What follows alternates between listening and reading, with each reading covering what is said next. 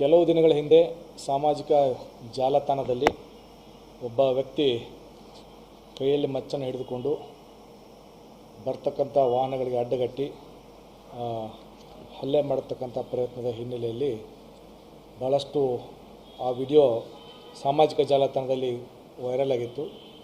ಈ ವಿಚಾರವಾಗಿ ಚನ್ನಗಿರಿ ಪೊಲೀಸ್ ಠಾಣೆಯಲ್ಲಿ ಸ್ವಯಂ ಪ್ರೇರಿತ ಪ್ರಕರಣ ದಾಖಲಿಸಿಕೊಂಡು ಆರೋಪಿಯನ್ನು ಪತ್ತೆ ಮಾಡಲಾಗಿದೆ. ಈ ಆರೋಪಿ ಹೆಸರು ಬಂದು ಕಾರ್ತಿಕ್ ಅಂತ ಹೇಳಿ ಸುಮಾರು 28 ವರ್ಷ ವಯಸ್ಸು.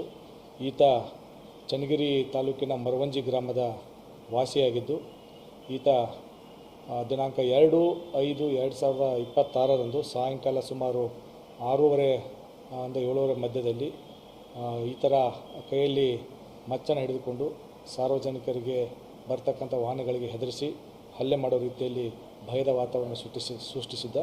ಈ ಹಿನ್ನೆಲೆಯಲ್ಲಿ ಪ್ರಕರಣ ದಾಖಲಿಸಿಕೊಂಡು ಸದರಿ ಆರೋಪಿಯನ್ನು ಪತ್ತೆ ಮಾಡಿ ನಾವು ದಸ್ತಗಿರಿ ಮಾಡಿ ಕಾನೂನಿನ ನ್ಯಾಯಾಂಗಕ್ಕೆ ಒಪ್ಪಿಸಲಾಗಿದೆ.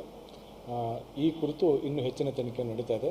ಅದಕ್ಕೆ ಸಂಬಂಧಪಟ್ಟಂತೆ ಏನು ಸಾಮಾಜಿಕ ಜಾಲತಾಣದ ವೈರಲ್ ಆಗಿರ್ತಕ್ಕಂಥ ಈ ವಿಡಿಯೋನ ನಾವು ಕೂಡ ಅವನನ್ನು ಅರೆಸ್ಟ್ ಮಾಡಿ ನಮ್ಮ ಸೋಷಿಯಲ್ ಮೀಡಿಯಾದಲ್ಲಿ ಈತನ ದಸ್ತಗಿರಿ ಮಾಡೋದ್ರ ಬಗ್ಗೆ ಮರು ಸಂದೇಶವನ್ನು ನಾವು ಕೂಡ ನಮ್ಮ ದಾವಣಗೆರೆ ಜಿಲ್ಲಾ ಪೊಲೀಸ್ ವತಿಯಿಂದ ಮಾಡಿದ್ದೇವೆ.